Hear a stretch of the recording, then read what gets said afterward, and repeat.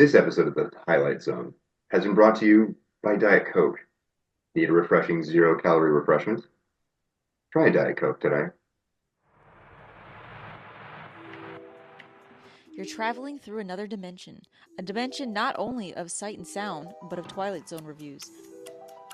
A journey into a wondrous land of intoxication where a father, son, and guest drink and retell episodes of the Twilight Zone.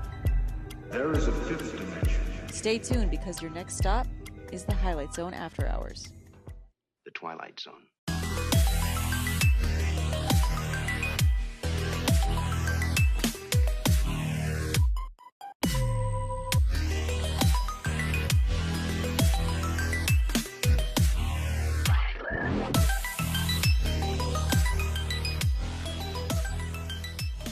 Twilight Zone. I am one of your hosts, Steve. Greetings, all you highlighters. This is Kelly. Zoners, highlighters. Highlight zoners. There you Highlighters. go. I could see that too. This is going to be a great episode because we're covering three really interesting episodes right at the end of 1960. But we don't do this show alone, as you could tell from this sultry intro. We have one of my longest friends, Anthony freaking Helmer. Hey. What's up, buddy? I'm doing great. I appreciate y'all having me. We're Dude, gonna talk about some. I had a little bit of anxiety talking about this Twilight Zone because it's a franchise that like it's always been in my life, but I can't say I'm 100% familiar with it. I was afraid that I couldn't speak for it, but when I learned the format and kind of how you could watch like several episodes cold, I dropped everything. I just watched those like out the gate. As soon as you told me which ones those were, I signed in and checked those out, and I was actually really, really impressed. Yeah, so Dad, I think I texted you this, Dad, offline, or I told you one of the coolest things, Anthony, is when you started talking about this with me and you said you would do it and I sent you the list. Your first text was, wow, I'm glad to watch it was refreshing to watch episodes that weren't Terror at 30,000 Feet or To Serve Man. And I thought that was really cool because I look forward to people on the show that have never seen the Twilight Zone before. Yeah. So it's fun to have them watch the big blockbuster episodes, but it's also cool to watch these ones that are just as good. One of these ones to me has a 9 rating, and I'll be honest, I was only lightly familiar with it. One of these ones I'm positive I had never seen before. That's wild, which yeah. blew my mind. So it's awesome having you. And one of the things we want to chat about is your history. Did you watch it as a kid? Did you ever watch it just the reruns? Yeah. What's Yeah, your that and I Love Lucy were on my TV at home, like on a loop, to the point where I hate Lucy. So yeah. it's just one of those things. Twilight Zone, again, just those little New Year's Day like marathon kind of things. Those would be on. I think my aunt on my mom's side was like super into Twilight Zone, Star Treks. They like that part of my family was like their sense of humor was very like subversive. So they got me into things like Dr. Demento and like stand-up comics and things like that. So I get a lot of like my sense of humor from that side of the family. But yeah, Twilight Zone, Star Trek, Godzilla movies, like that's where a lot of that came from. Does your aunt want to join us as a guest host? At some point, I mean, that side of the family I don't really talk to anymore, but they kind of dropped off. But that was very like formative for me. And Well, it kind of informed my aesthetic, sense of humor, proclivity for pop culture. I love that. And there's nothing more real pop culture than freaking Twilight Zone. It's iconic. It's one of the first ones that was binge worthy. So one of the things I'd like to sort of get into is, first of all, what are you drinking? That looks super fancy because I'm just crushing a vodka Red Bull. Look at you. Well, I'm enjoying my very first martini of the evening. Oh, what's Wow. What's your martini? This is just it's Tito's and olives. It's a dirty martini. Dirty. Okay, cool. Yeah, and I have to go easy because I'm going to be working out later. I have to go lift weights. So that's my game plan. All right, you can take it easy on this show. You won't have to stumble through it. Dad, what do you got tonight? Is this the New Jersey shoebox or whatever? Not the New Jersey juice box. This is the standard go-to. This is the Long Island iced tea. Hey, look at that. Yep. So Anthony, one of the reasons what I wanted to tell everybody was I'll do it plug heavy if I can, but the reason I know you is I commissioned you for I believe my first one was a Jessica Rabbit piece of art, and it has to be over 10 years ago. Yeah, no, we go way back. Like it's just we kind of aligned on, art and creativity and Disney and just all things like bonkers and Guardians of the Galaxy. And Yeah. it's just that step brothers moment. Like, did we just become best friends? Did we just become yes? And so And since we've been doing karate and stuff like that in the bedroom. Yeah, it's been great. So many activities. So over the time period, I was trying to do a rough calculation. Over or under 50 pieces of art do you think you've made for the house? Or how about what do you think? Under? It's got to be in that neighborhood. And then let's not even counting stuff I've kind of like slipped in. Like here's some cocktail napkins I've happened to. Oh my God, I have or the cocktail just the occasional napkins right here. They're right here. Oh, they're in this stack. But yeah, you're not. If you count those, then we're definitely over 50. Oh, that's great. Yeah. Anthony is an artist and he does a lot of commission work. We went and kind of helped him work at freaking San Diego Comic-Con. That was the highlight. Yeah, it was highlight. It was there for it. It was a very good time. So go follow him on. Is Instagram your main one? It is. Yeah, it's at Anthony.Helmer. That's where you can find me on Instagram. Go check him out. Maybe he'll plug us later when this show airs. Oh yeah, no, I need to get like a screenshot or something like that. Yeah, that's cool. Yeah. I can hook that up. But go check him out because when I was bringing this up, my dad, because I give him stuff but he lives in Georgia. Okay. In a tiny apartment. So he's like, do I have any of his work? And I'm like, no, you don't actually right now, but wait till you move I'll back. send something. Yeah. Absolutely. So I think you're in possession of the only Rod Serling piece I ever did. And that got deleted accidentally, so the files are gone. So you have that. There's no way to ever like reproduce it. So it's essentially an original. That's freaking very great. Cool. Yeah. So it was unfortunate, and I was like, oh, I must have deleted somehow off of my like iPad. But damn. Well, I am the purveyor of, or is the purveyor? No, that's not the right word. The owner? Whatever. Who the hell cares? Yeah. Most of the stuff that you do for me was hand drawn. I own the OG anyway, so suck it, Trebek. I've got most of your original art. Cool. All right. Enough of the banter. Let's get into this because I have a lot to say about these 3 episodes, especially this one. So, Dad, do you want me to? You have all the info? I didn't get any of it from you. Give me the. I'll do it for you. Start off with the intro, and we'll take it from there. We're going to go with Season 2, Episode 10, A Most Unusual Camera, which is aired on December 6th of 1960, written by John Rich, written by Rod Serling, directed by John Rich. Would you like me to do the intro thing first or no? No, let me just jump right into it. So this is an episode of which all 3, this trilogy tonight, are episodes that sum up his breadth, Rod Serling's breadth of mastering this art, of writing these stories, because they're so different and all so creative. This is one I had never seen before, and there are very few that strike me. First, you can tell right when it starts if you've seen it or not. Sometimes then it starts coming back to you during it. This one never did, but I was enthralled by this one. So although present company are both a little younger, I'm going to mention, Anthony, a couple of shows that this reminds me of. I think this episode is a fun blend of the Three Stooges and the Honeymooners. Well, with all the pratfalls, there's a lot of physical stuff towards the end. So I think if you think of those 2 shows, well, throughout this episode, the banter between the husband and the wife, constantly at each other's throat, that's the Honeymooners. I'm going to give it to you right in the kisser. And then the Three Stooges, the bumbling, fumbling, especially and the laughability of this thing. So anyway, for you old timers listening to this, think of the Three Stooges and the Honeymooners as you're watching this. So it starts out with a man and a wife. They pull off a burglary of an antique store, and they're in their hotel room checking out the loot that they got. Reading from a local newspaper about the burglary, the wife starts comparing what was stolen as stated in the newspaper with what they really had in front of them. And they get really pissed because they realize that the store owners are playing the insurance scam. They're claiming that there was irreplaceable Picassos, irreplaceable Anthonys, irreplaceable ancient vases. It's all bootleg stuff. That's what. And in reality, this is all dime store crap. Yeah. So they start getting pissed because they realize that they're the ones that got scammed. They have nothing worth any value. but the owners are going to make bank on this thing, except for this strange old box camera that they have. He holds up this thing and he takes a picture of his wife with it. And they are arguing so much about the junk that he forgets about the camera. So after a couple of minutes, you hear this classic ding, which is great. It's like a timer, an egg timer goes off, and this picture pops up. And it shows his wife standing in front of the mirror where she was when he took the picture.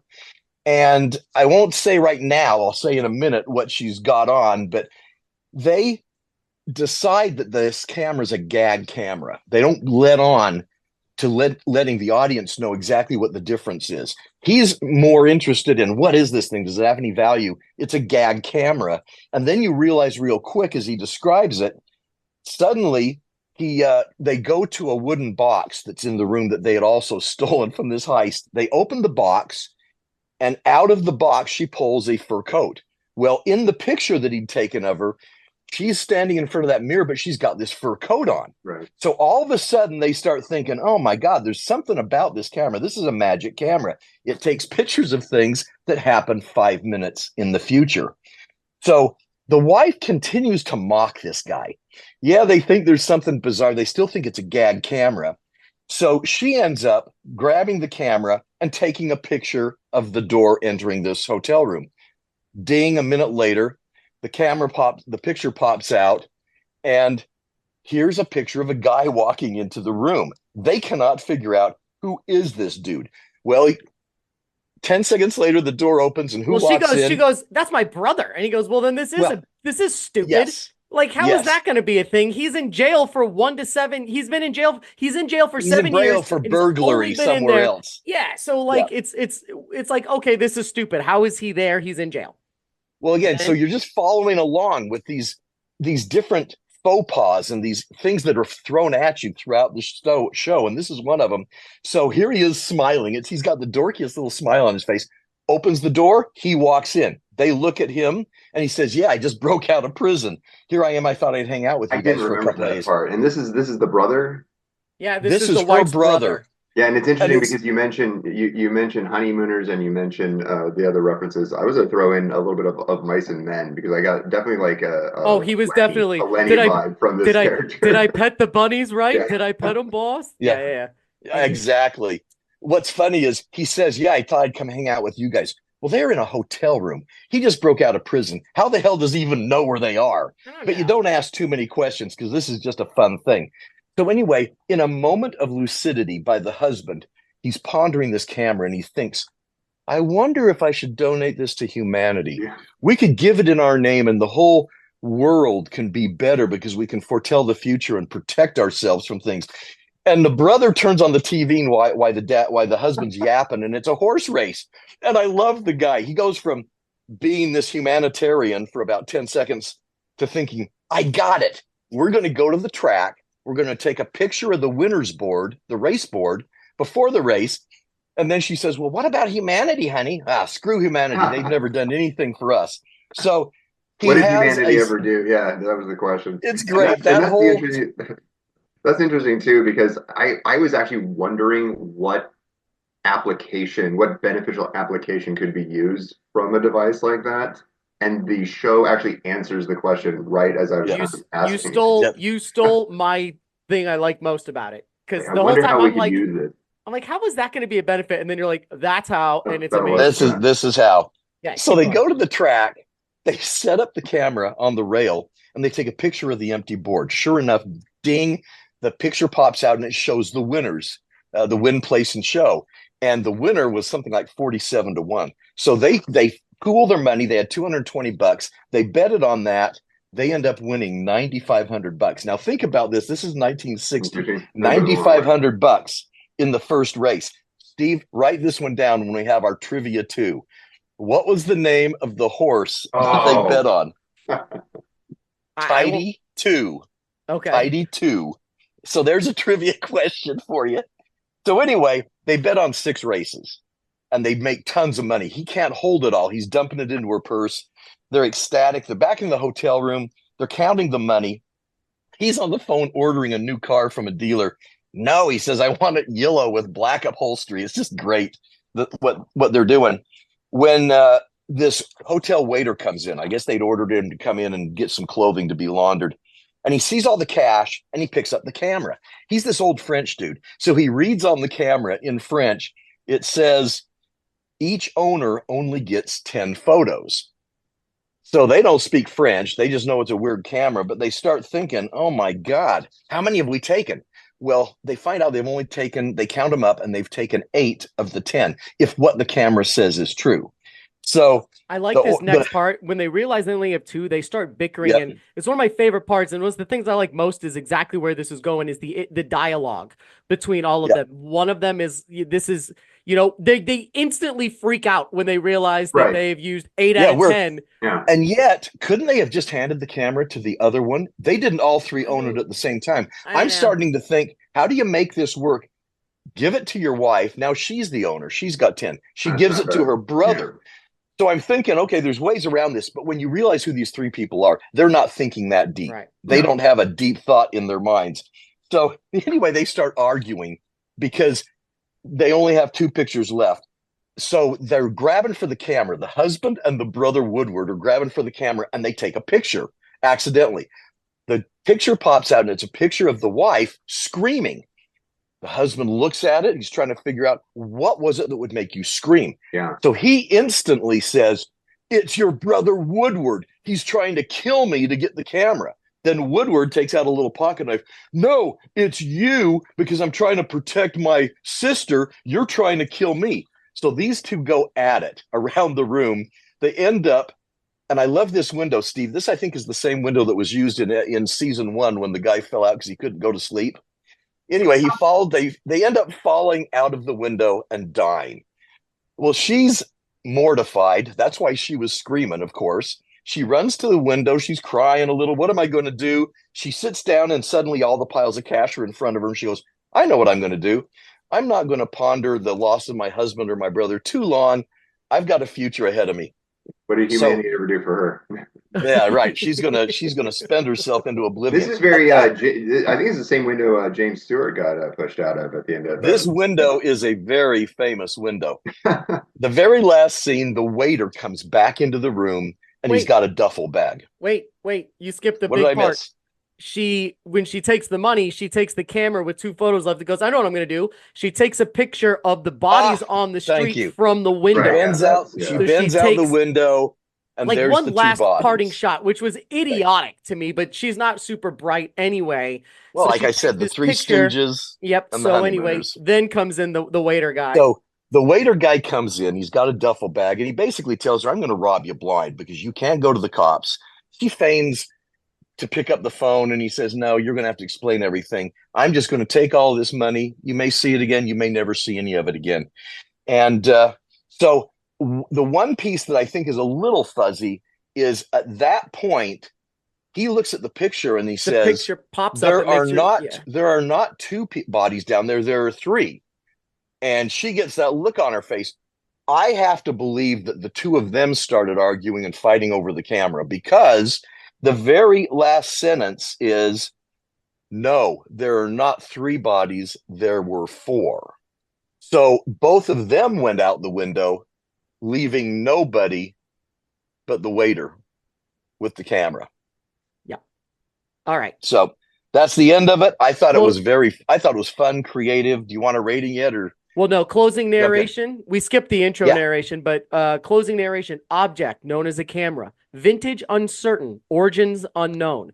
But for the greedy, the audacious, and the fleet of foot who can run a 4-minute mile so long as they're chasing a fast buck, it makes believe that it is an ally, but it isn't that at all. It's a beckoning, come on for a quick walk around the block in the Twilight Zone. That's a mouthful. There you go. All right, so go for it, buddy. What is your review? You asking me? Dad, you go for it, Dad. Okay. I thought it was really fun from beginning to end. People who think the Twilight Zone is this scary thing, because Steve, you and I have heard that from some of our guests. Multiple people. Hosts, multiple people think without watching them that these are scary shows. I think they're anything but. Now, there is some excitement in some of the shows and some unknown, but certainly not too scary. But this one was fun. It was extremely creative. Anthony, I've got a I use an acronym for this called SHOT because we take shots during it. So Oh, I use the letters. S is for the storyline. How creative is it? oh, H is for the hook. There's always a hook at the beginning that gets you into the show. right. The premise kind of. O is the originality. How original is this thing? Has it been Yeah. done before? And then the T is the teaser. So in this case, the storyline was Twist, great. The twist, hook, twist. well, twist or tease. Yes, twist Yeah. is right. The hook is that camera, and then she's wearing the mink coat, and then the play on that. You never know what's going to be in the next picture. It takes you from scene to scene to scene, and the storyline. I think it's extremely original. I've never seen anything like this since then, and of course, the twist at the end when it's not two, it's not three, but four is a fantastic ending. I Even gave it though a he 9. kind of fell out of the window in a kind of a bullshit way.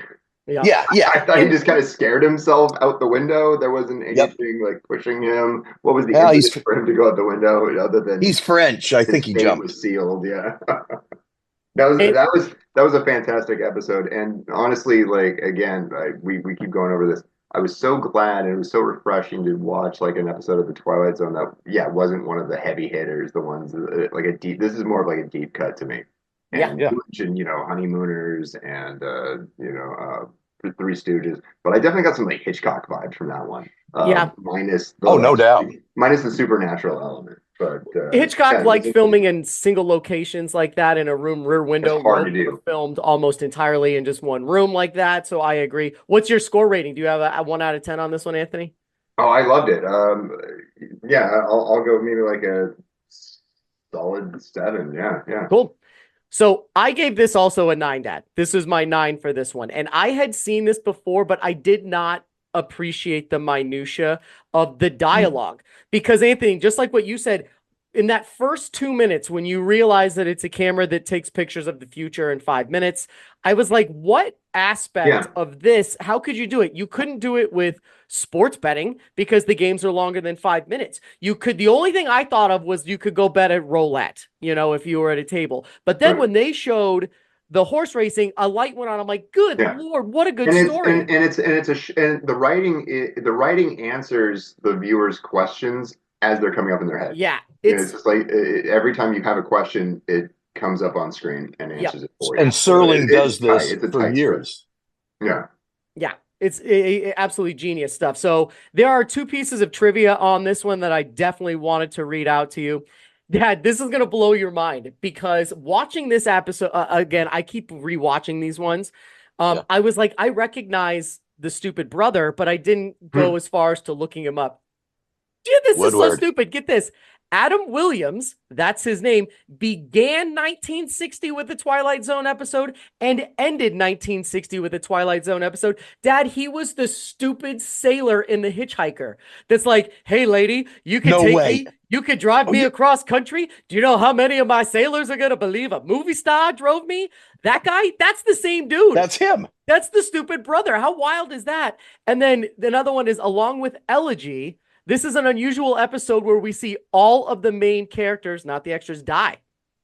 It's an Yeah, interesting. there's nobody left at the Yeah. end. No one survives this. Not even the French guy that's ripping them off. It's pretty incredible. So That's because Rod didn't want to have to pay him residuals, so he was smart. hey, not a bad breakdown, Dad. All right. So moving along here, we're doing good. Anthony, your turn. Are you ready? Heavy hitter. A little bit. And I didn't take notes. I didn't make a synopsis or anything of the episode. I watched it cold the night you texted me, so I'll try Cool. to recall this as best I can. Do But we're talking about what is it, Night of the Meek, Yep. Yeah. starring Star Wars Holiday Special Art Carney Art as, Carney. as Yeah. Santa Claus, essentially. Yes. Gosh, I actually have Wikipedia open in front of me just because there's it was just a first time view. I absorbed it. I enjoyed it. This is one of the things that bucked the trope for me, and one of the things I never really appreciated about the Twilight Zone was how I felt that like the universe or the Twilight Zone, I guess, just screwed over people. Even if they were unscrupulous, or even if they weren't, I think there were just people who wanted to be kind of left to themselves, and then the universe just kind of smack them upside the head Yeah. and screw them over. But this one had like a positive spin on it to me. It really And did. I don't. I think this episode was genius. It's Night of the Meek. This is episode 47. I think it's a season two. Yep. Yeah. Aired. Sixth episode, second season. Yeah, yeah, yeah. I like this one quite a bit.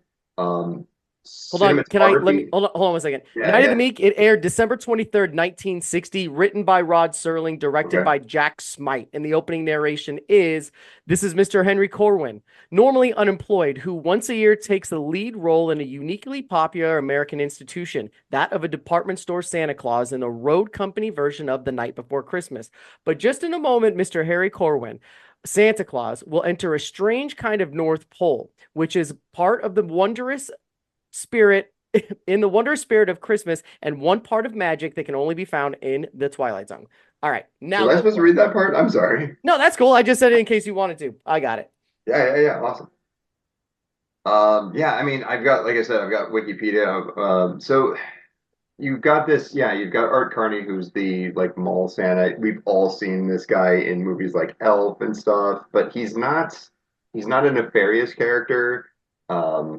I think he's just down on his luck. He's got this sack, this like enchanted sack. It's got just like his like homeless cans and stuff in it. But then it starts providing gifts. It's just really interesting. Then his boss, out the gate at the jump, I recognize the voice. It's Piglet from Winnie the Pooh. His boss is gosh, his name's John Mr. Fielder. Oh, the little short guy with the Yeah, his glasses. boss. Yeah. I immediately recognized him. Like, this Mr. is the cartoon Dundee. voice Remember that remember. name because that's coming back later. I have a thing Got a for you. trivia thing. There's a jacket that keeps appearing, so I'm not sure the significance behind that. I love that I got to see Rod Serling be snowed upon. I Yeah, don't know if there's any other episodes where that happens. Um, But I think he almost got knocked out. I've never seen bigger snowflakes in Yeah, my life. exactly. The things crazy, right? that were It hitting was him on the like head. hot tar, like just descending on these people. He'd move his head when one hit him. It was Yeah, bad. yeah, yeah. They're at like a police precinct. They're trying to arrest this guy for stealing thousands of dollars of merchandise when like he So clearly just wasn't guilty of it. So real quick, to set up a good template here, because that's the part that I'm fascinated with, because that part is exactly like the remake scene in 1980 when they redid Yeah. this one.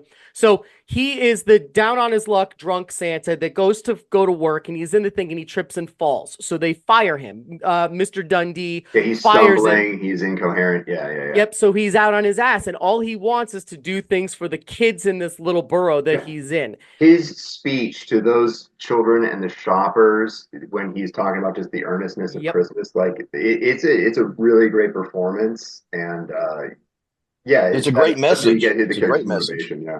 Yeah, and then he's doing his thing, and his stupid boss, Mr. Dundee, is angry because they can't find that fur coat. Someone misplaced his fur Okay, so coat in the that's yeah. beginning. And because one of his coworkers was like, well, it was here, but someone picked it up. And he's like, how is that a thing? Where is this? This is the freaking coat we needed. So anyway, that comes back later. He leaves, Santa leaves, and he's on his thing, and he stumbles across the empty sack. So the sack is Okay, actually yeah. sitting out there, and magical stuff starts happening, and he gets the sack, and then everything's in there. Skip to the part where you're at. Freaking Mr. Dundee sees him giving stuff away and is like, that must be stolen. So It's he calls stolen the from there, yeah. police. The police come over, and what does he say? He goes, do you have a receipt for this? He's like, a receipt for the bag of shit that I've been giving away for free? No, I don't have a receipt. But he's kind of in a drunk, jovial, but he's not drunk. At this point, I think he's pretty stone cold sober. He's just happy, right? Because he's he's giving out gifts that he knows didn't exist in Right, that bag. and They were just and cans. essentially the bag it's another supernatural element because there's the mysticism aspect of it. The bag is basically providing the gifts of that which the people desire most. You know what I mean? That's why you see like the brandy going to The boss. smoking jacket, the Smoking little jacket, train, all the stuff. Yeah. so yeah. So he goes through the motions, and Dundee is there, and they're in the police station in the like the little questioning room. You know, they're about ready to try to arrest him for whatever. You know, And I theft. love Irish racist stereotype cop. because Dad, that Oh, has never absolutely. gone away. Dad has this lined up right now because he told me that the same thing. I love that you just said that. But What he was his name? Everyone's Colin. Officer O'Malley. It's Flaherty. Colin, and his first name is Flattery. Colin. Yeah. What better Irish name and person than to He, portray a drunk Christmas department store Santa, right? that's Henry Corwin. The cop is Flaherty. Yeah, The and the sheriff. actor, the Santa is Colin, Yeah. Colin. So they go through the motions, and Mr. Dundee is like, well, it doesn't matter. What do you want? What would you want? And he goes, I would like a 1920 brandy or cherry brandy or Very whatever. And he brandy. goes, Right. and Henry goes, okay. And he goes into his thing and he pulls out, and it's got a little card that It's has gift his wrapped. name on Yeah. it. It's It's yeah. gift wrapped for him. And then he just From goes, Santa. okay, well, I'm leaving. Goodbye. And they just leave. So then the cop gives the asshole boss a little Dixie cup and is like, well, let's go. It started, yeah. So he leaves, and this is the part that no, we already missed that part, but he leaves, he goes outside, the bag is kind of empty-ish now, and there's no more kids, but he walks around a corner, and there is a freaking sleigh. It's A it's sleigh crazy. covered And in an elf. snow, and a bunch of reindeer, and he walks by, and then an elf pops out, and she's like, hey, come on, we gotta go. And that's one of my favorite details in there is he touches her on the shoulder, which makes it that is not a figment of his imagination. It's a corporeal thing. It's real. So he's Yeah. kind of like judging, is this actually happening? It's That's a this good, minute little detail, but because it he makes does it that like, in oh, he's totally the becoming elf. Santa Claus. The elf just goes, "Ooh," when he Yeah. when he pokes her. She's like, "What? We Yeah. got a lot of work to do. We need to do this and this and this." And So he's pumped to do it. yeah, so they get in the sleigh. You hear jingling, and they show a cool camera angle where it looks like it's hauling That's what I was ass. going to talk about is a lot of the camera work in that is insane for the era because Yep. it's like you were saying the previous episode was just a single set. There is dolly shots. There's this camera movement that I assume or I think would be just unheard of for the era. It's one of the most creatively shot episodes of the Twilight Zone I've seen. Dad, this sounds familiar, right? This is one of Oh those yeah. things we preach all the time because sometimes they had to invent cheap ways of doing these incredible things. And you're right, the dolly shot, that camera right there is one of the first times you've seen the object coming towards the camera, but the camera goes towards the object. So it looks like they're really rushing off. It was pretty cool.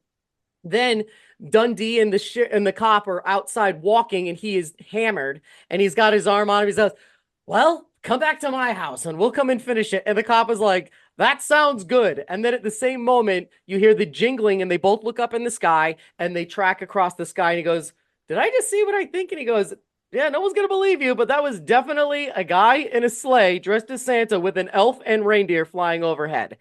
And leading to the ending narration, which is closing narration. Want to do that one? I can take it. Cool, go for it. There you go. A word to the wise, to all the children of the 20th century, whether they're concerned be pediatrics or geriatrics, whether they crawl on hands and knees and wear diapers or walk with a cane and comb their beards. There's a wondrous magic to Christmas, and there's a special power reserved for little people. In short, there's nothing mightier than the meek. And a Merry Christmas to each and all. Well, sweet. Anthony, you like this one the most out of the three? I think so. Just creatively, thematically, it was the most well crafted in terms of cinematography, camera movement, and then again, just thematically, I enjoyed finally seeing someone not like fucked over by the Twilight Zone. The guy just got to live his life. He became Santa Claus. He kind of achieved to a higher level. Yeah.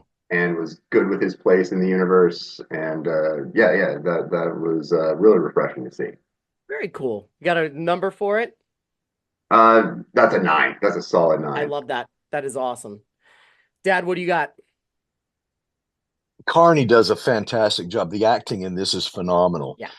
The speech he gives to the parents in the department store in his departure is phenomenal. If you listen to it, it just tugs at your heart. It hits right to the core of what Christmas should be, but hasn't been for decades. Then when he's out there outside, and remember, guys, he does, after he leaves the precinct, he does give the kids, all the little street urchins come around with the snow falling, and he gives each one of them until the bag is empty. Their one gift. And as they leave, he has no bag left. It's empty. So he leaves it by the street light. his mannerisms, the way he plays this, and the way all the characters, even the old hag that's leading the singing in the homeless shelter, when she runs out and grabs the cop, every one of them plays their role to the tens. So I loved the acting. The acting was amazing. I thought the story, keep in mind, this was December 23rd is when this thing aired. This is a Christmas story. So cool. Yeah. And Serling's background and history, he's a World War II veteran. This guy just tells it the way he wants to tell it. I thought it was so powerful.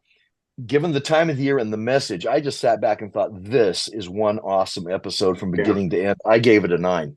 Yeah. It's not schmaltzy or anything like that either. It's just very earnest. Wow. It's a cool twist on a Santa Christmas story that was done before twisting that story was cool. Yep. You know, like the Steve, now prototype movie Elf, I think. Yeah. Steve, your rating.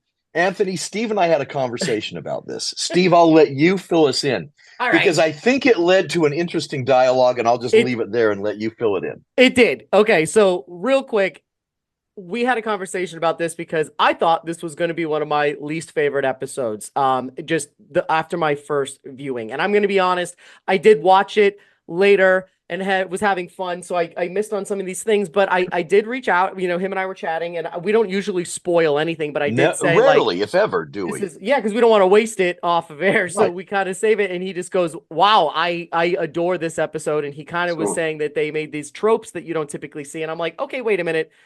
Let me go back and revisit it. And I realized that I was mixing it up with the 1980s version, which has Shooter McGavin is the bad guy. Christopher, I'm not sure his last name. Yeah, McCary, something, I can't remember, but Shooter McGavin, he's the bad guy. And I remember that one, and it's ultra cheesy, and it doesn't have any of the sweetness or soul that this one does. So I went and rewatched it, and Dad, yes, it did raise my score up. So I gave it a 7, and which is good, because at first I had it as a 5.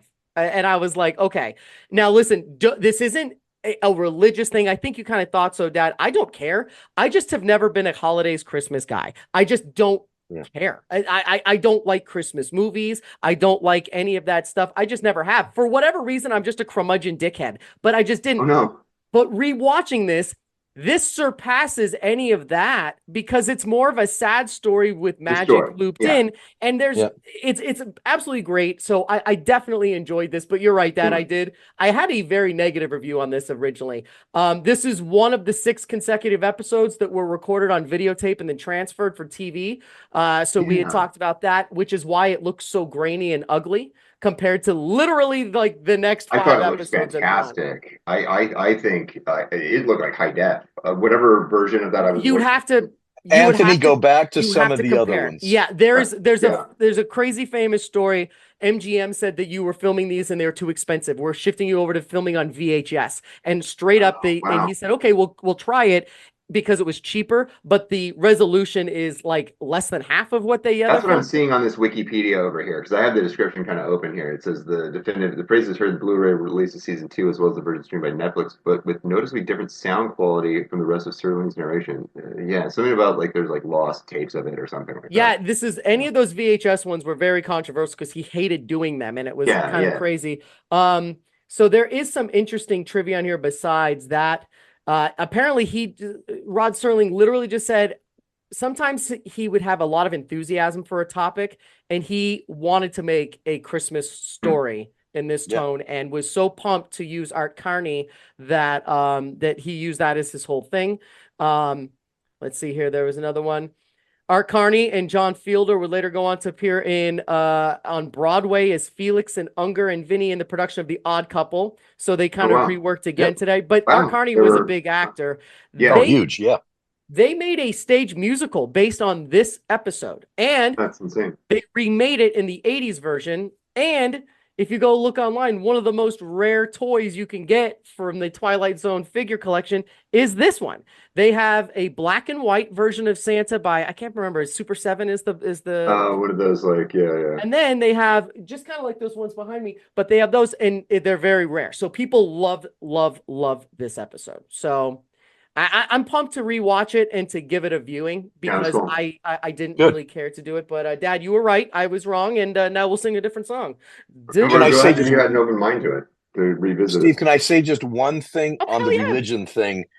And this struck me. So Anthony, take religion out of it. And Steve brought this Oh up yeah. when we were discussing that he doesn't like it, and I can appreciate that completely. Yeah. As his dad, I understand where he's coming from. I thought it was so poignant when they're in that little homeless shelter singing the Christmas carols, and that old hag is at the front. I glossed leading. over some of that, but that's some of my favorite content.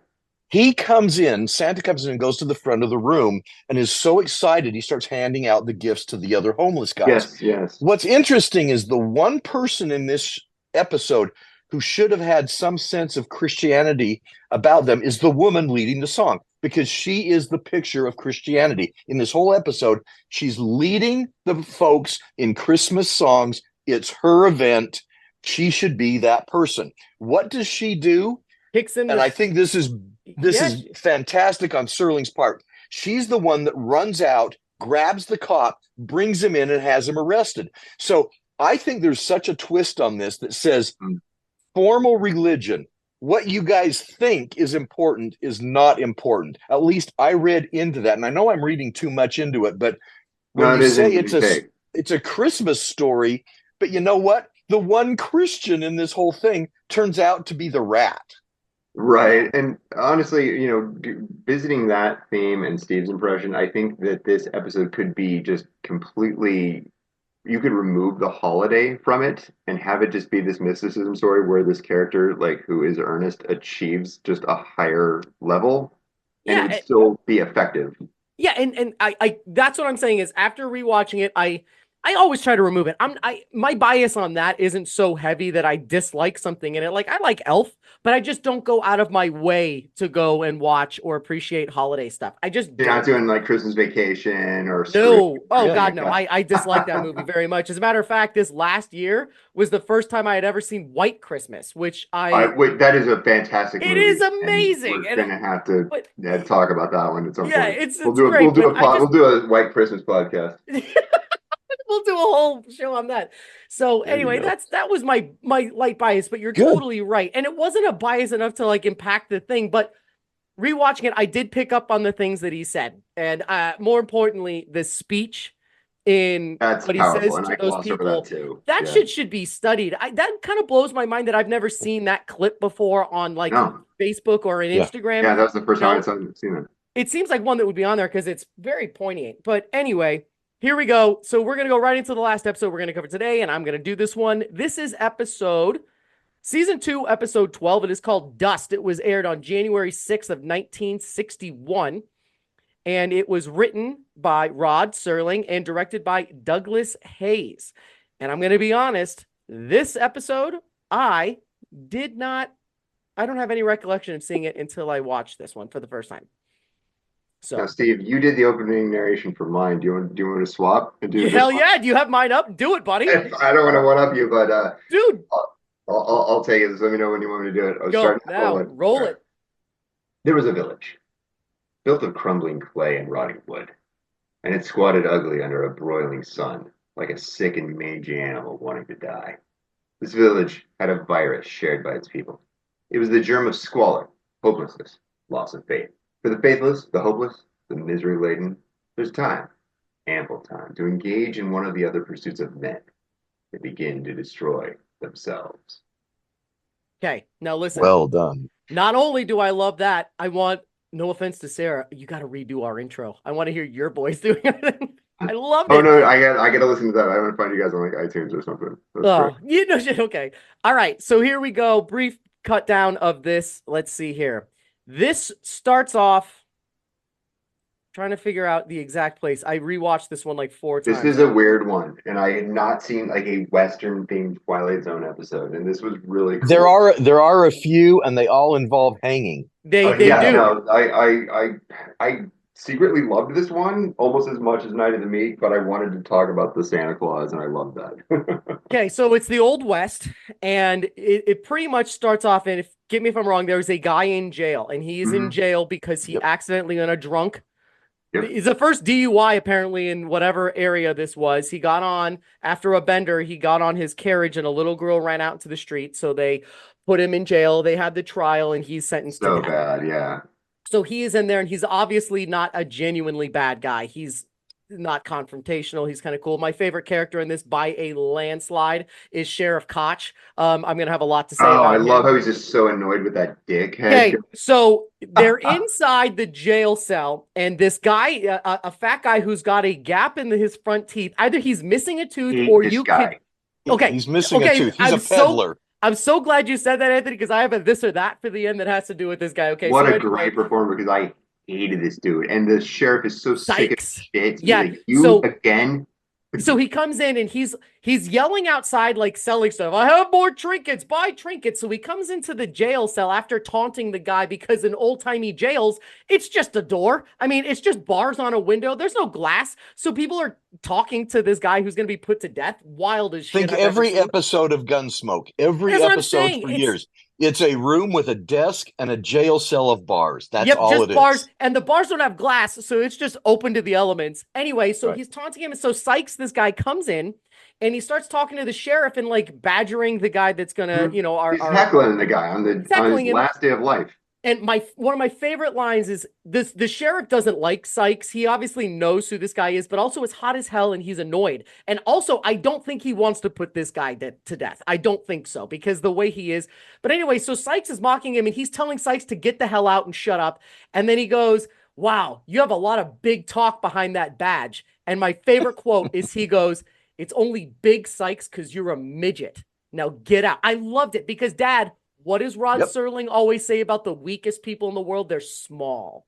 They're little. Yeah. And he uses that line multiple times, but here it was so poignant. It was great. I had a whole bunch of them written down in my notes, but then I accidentally deleted them. Oh, he slams the peddler throughout Yeah, this so episode. sick of his nonsense. It's too hot to, like, here's the thing. I get this Green Mile vibe from that sheriff because he's essentially triaging this poor guy on the day of his death. Yes. It's like as if he has like an illness, and that's kind of what I gather. Imagine Tom Hanks from Green Mile, except with a little more sass. This guy was a little more frustrated because it was hot as hell. So anyway, while this is going on, the procession for the dead girl is going in front of the jail cell, which is brutal. Well, the guy who's in jail that's going to be put to death, his dad comes over and he doesn't speak English. So he has a little girl in there, like trying to interpret and saying, hey, he wants to say how sorry he is and his son is not a bad guy. And I would change my place for your daughters in a second. And the grieving parents are like, do you know that we're here burying our daughter? And so they just kind of step back, but they actually seemed pretty chill about it. They weren't like angry that they were talking to him. But anyway, so they go to the thing. Well, anyway, Sykes goes over to the dad, to the little girl, and goes to the little girl and goes, tell your dad to come back here in an hour with 100 pesos because I have magic dust that is going to change people's opinions and they're going to feel sympathy instead of anger. So the little girl leaves, goes to commercial break. It comes back and the dad comes over in the nick of freaking time, by the way. He shows up like right when this freaking thing is starting to happen. Anyway, he shows up and he goes, he has all of these gold coins and he's like, where'd you get them? He goes, all of my friends just sold their horses and everything. We need to get this. It's super sad. And Sykes, I just missed this part, takes this bag of tobacco from his pocket before the dad gets here, dumps it out and takes literal dirt from the ground that he's standing on and pours in the bag and he starts swinging around like, oh, magic dust. A genuine this guy laughs his ass off throughout the whole show. All he does, he's just garbage. Mocking everybody. Yeah, genuine piece of shit. So anyway, he comes back and he sells the guy this bag of dust and he says, you have to sprinkle it on their heads and it will bring sympathy to your cause and blah, blah, blah. So anyway, one of the things that he said was interesting, and I didn't catch it until my second viewing, is, and he repeats it, but I never heard him say it the first time, is he goes, you're selling me magic dust to change their mind, but you also sold the sheriff the rope that you're hanging my son with. I was like, Jesus, this guy's a dickhead. So anyway, they go to the gallows. And they're there doing their thing, and the dad comes running over in the last minute. The guy's got the rope on his neck. They already practiced it with some bags of what, Dad, was that like sand or wheat? So it's they just practice dirt. it. It's just whatever it is. It's just dust. Dirt. It's dirt from the street. Yeah. So anyway, they test it. It's ready to go. And the dad comes over and he starts bawling and shouting and he's throwing the dust. Magic dust, magic dust. That's magic actually my dust. least favorite part. It is. It's He's kind horrible. of poorly acting in that part, but It's I not get it. great. By the way, he didn't need a translator. That he spoke better English than the little girl. So Right, anyway, right. The he's throwing magic, the it goes dust. on longer than it needs to. Yeah. So anyway, I did like this part though, because it's the entire twist of the story is he's doing it, and no one's opinions are dramatically changing. And the guy's on his knees, and the camera is zoomed in on his face, the dad's Hold face. on, drum roll.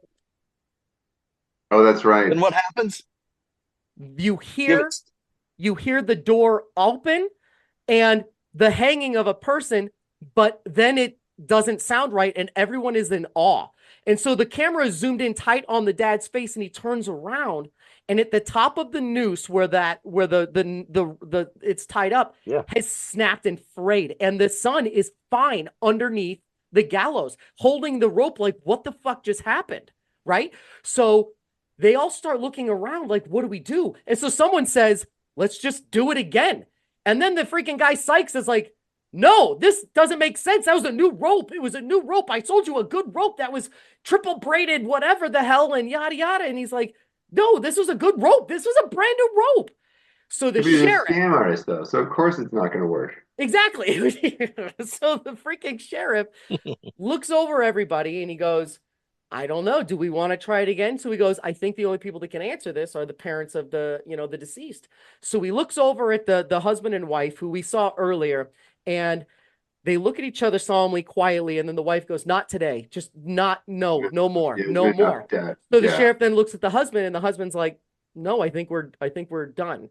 So There's been enough death for there's one been day. enough death. So he climbs down and he takes the rope off, and everyone leaves. And the freaking guy Sykes is sitting there like, it was a new rope. It was a new rope. And he's like, it was the magic. I don't know. So anyway, they take the rope off, and then he goes, you can go home now. Like, that's it. I guess we're all done. You can leave. Kind of a haunting sort of ending, I guess you could say.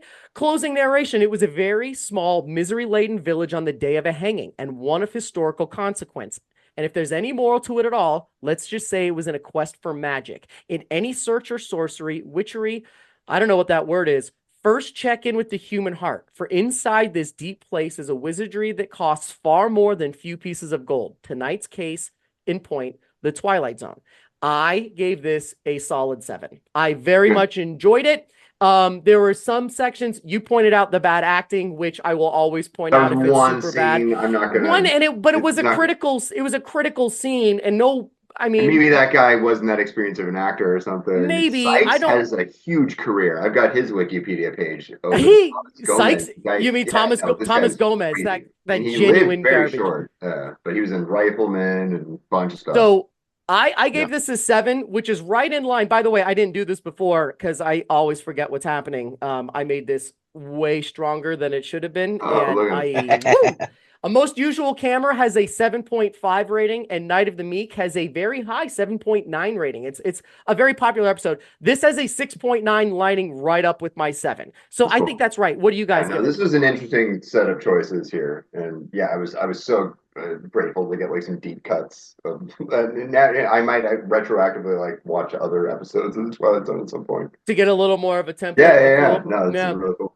Dad, what's your score rating on this one? I gave it a 7. I thought the story was slow moving. It was just a slow story altogether. But I loved the twist with the broken rope.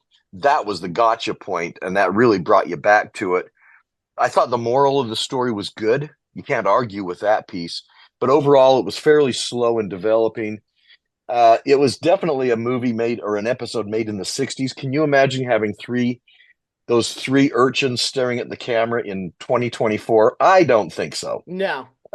So there were things that were period that you look at it now and you go, oh, that's a little interesting. It is, yeah. But for the time, it was spot on. It's what they meant to say. It wasn't his best episode, but the moral was good. I gave it a 7. So I watched this with Sarah on my second viewing because she had never seen it before, and she said something immediately that made me laugh. Did you guys notice the really weird horse that had like the really sunken in back? Yeah, the sway back. My wife was watching that with me. So that thing's on its way out.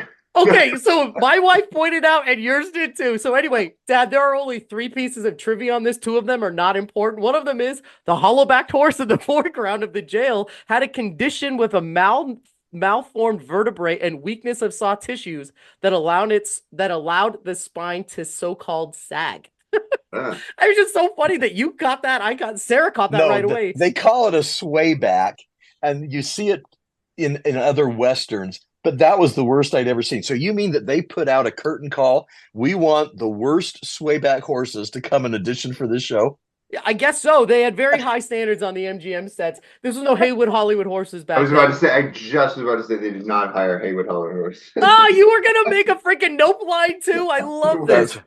Okay. All right, so here's my quiz for both of you, Steve. This is trivia number 2 for future reference, Anthony.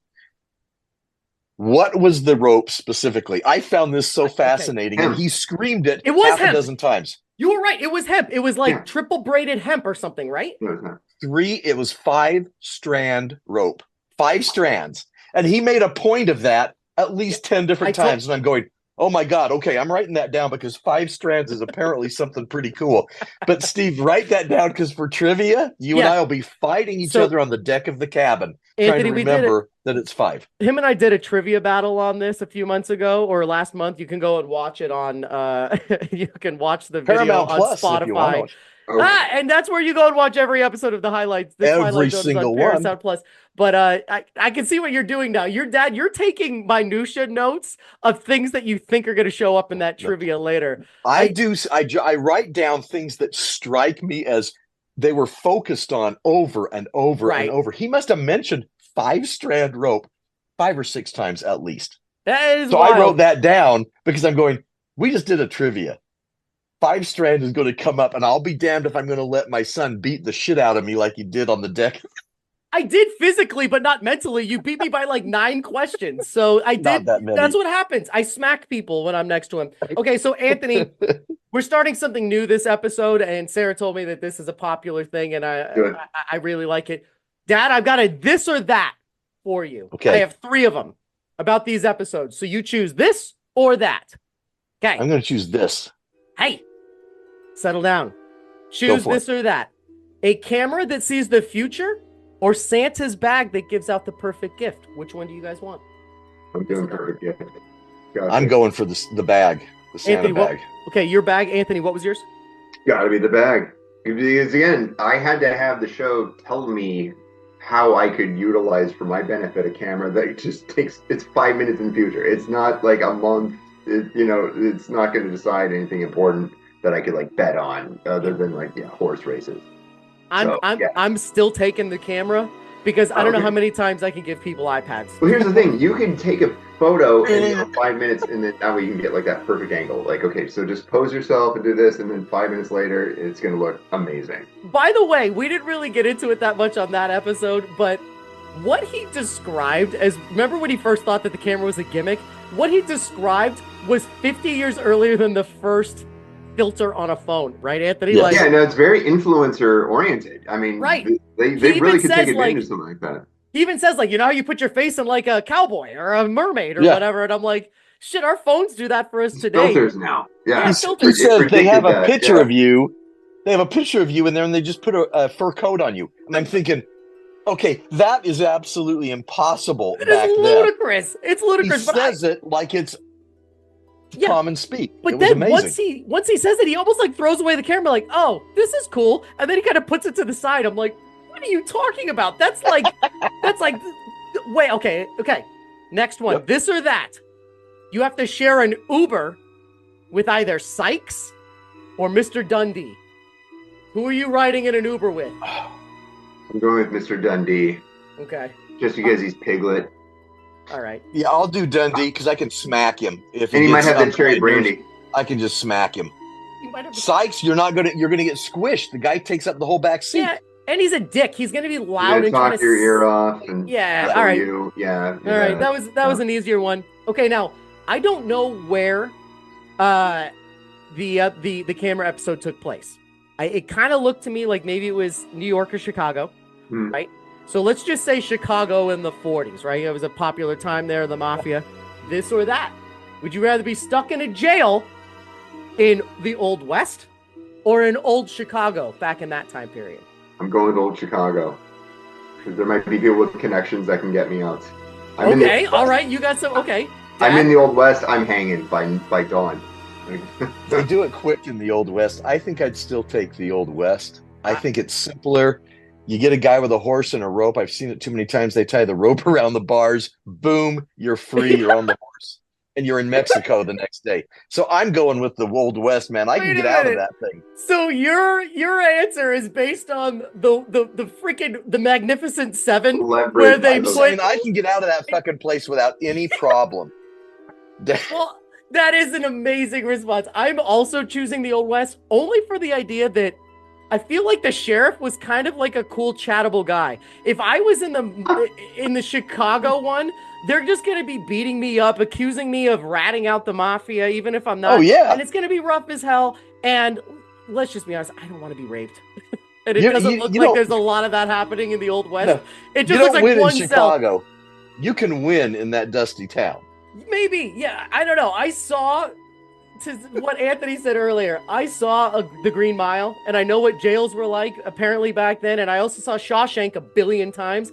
I'm choosing the Old West. It seems way simpler to either break out or shit. At least you know I'm gonna die tomorrow. Like the trial was yesterday, you're gonna hang me in the morning. I love that. I'm trial not waiting yesterday, around. Funeral today. We're hanging you this afternoon. Okay, well that gives you time. I'm gonna die anyway. I'm gonna survive this literally rape-free for at least the next 24 hours. I'm telling you, man. All right, so Anthony, thank you for joining us. Everyone, again, go on Instagram and check out Anthony, and your thing is at Anthony.Helmer, Helmer. Go check him out.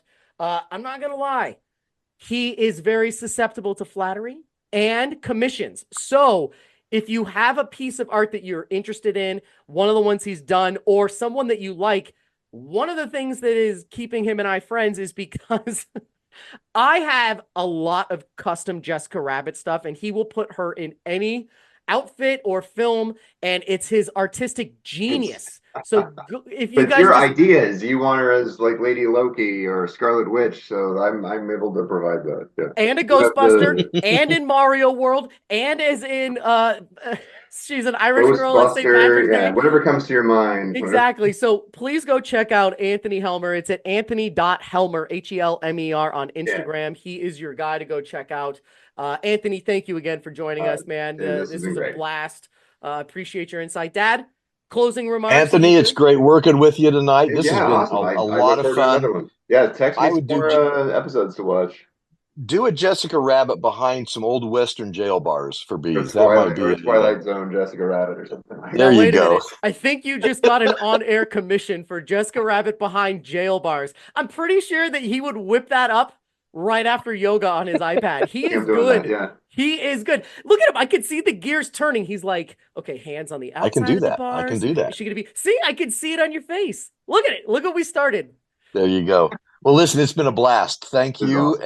3 great episodes. Bees, thank you for putting this together again. Absolutely. Our next 3 are also very big, leaning up to whenever we get there. We have episode 13 of season 2, Back There, episode 14, The Whole Truth, and I don't shy away from saying this, my tied for favorite episode of all time, my number 1 tied, The Invaders.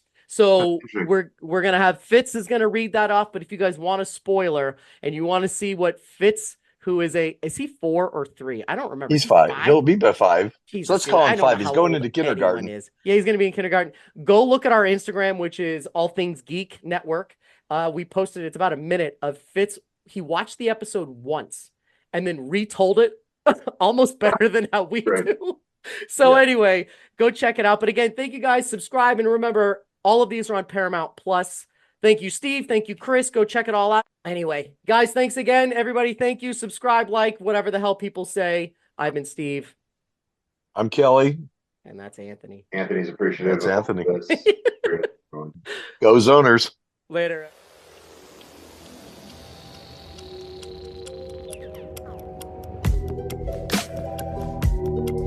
Makes you wonder, doesn't it?